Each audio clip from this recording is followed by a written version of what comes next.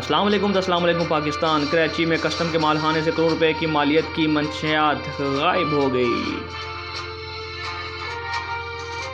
کراچی میں کسٹم کے مالخانے سے کروڑ روپے کی مالیت کی منشیات چوری ہو گئی۔ ایکسپریس نیوز کے مطابق عید کی چھٹیوں میں کراچی پورٹ کھماڑی میں قائم کسٹم کے مال خانہ سے کروڑ روپے کی مالیت کی منشیات کی چوری کا انکشاف ہوا۔ عید کی چھٹیوں کا فائدہ اٹھاتے ہوئے ملزم مال خانے سے کئی کلو منشیات چرا جانے میں کامیاب رہے۔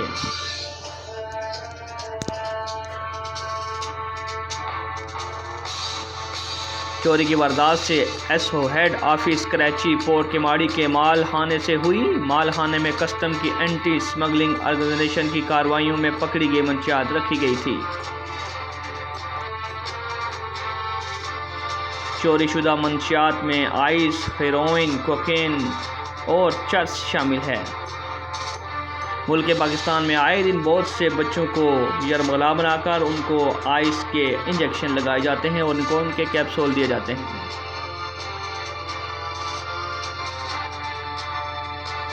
ملک پاکستان میں عام لوگ چرس بھی پیتے ہیں۔